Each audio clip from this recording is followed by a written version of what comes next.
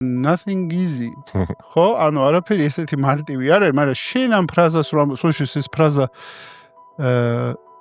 კითხე და YouTube-ი რეფერენსს აკეთებს შენზე. ანუ საბოლოო ჯამში იმდენად გაჰაიპდა ეს ფრაზა შენიდან გამომდინარე, მაგრამ მაინც ეხლა რადგან ამ ფრაზის ავტორს აგერ უზივარ, მიუხედავად იმისა, რომ რუზველტის ახსენებდა ბევრი სხვა ადამიანის კონტექსტ, მაგრამ შენ რასდებ ამ ფრაზაში?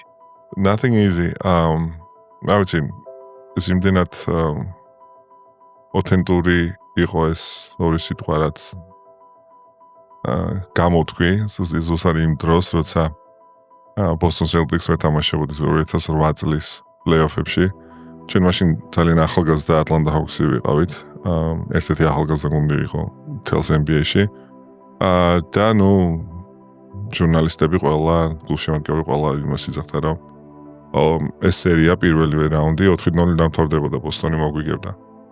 თუმცა თუ სხვანაირად წავიდა სერია, პირველი ორი თამაში იქ წავაგეთ ბოსტონში, რადგან მოედის უპირატესობა მათ ჰქონდათ, შემდეგ მესამე-მეოთხე თამაში ჩვენთან ატლანტაში მოვიგეთ მესამეს და მეოთხეს 2-2 წავედით ისე ბოსტონში წავაგეთ დავმასხდით 3-2 და მეექვსე თამაში შეიძლება გადამწყვეტი ყოფილიყო მათ ანუ დასრულებულიყო 4-2 თუმცა ზუსტად ეს მეექვსე თამაში ის თამაში იყო სადაც Kevin Garnett-თან მომივიდა ჩხუბი ესე თქვა ინციდენტი და მაშინ ვაგებდი და ზუსტად ამ ინციდენტის შემდეგ ეს მუხტი დადებითი მუხტი გადავიდა გულშემატკივარზე და ნუ ახალგაზრდა გუნდს მეტი რა უნდა ხო აი ეს ხარდაჭერა ეს დადებითი ენერგია და პოზიტივი და გავაკეთეთ გაქცევა გავიმარჯვეთ საკმაოდ ეს დაძაბული თამაში იყო მაგ მეექვსე თამაშის მერე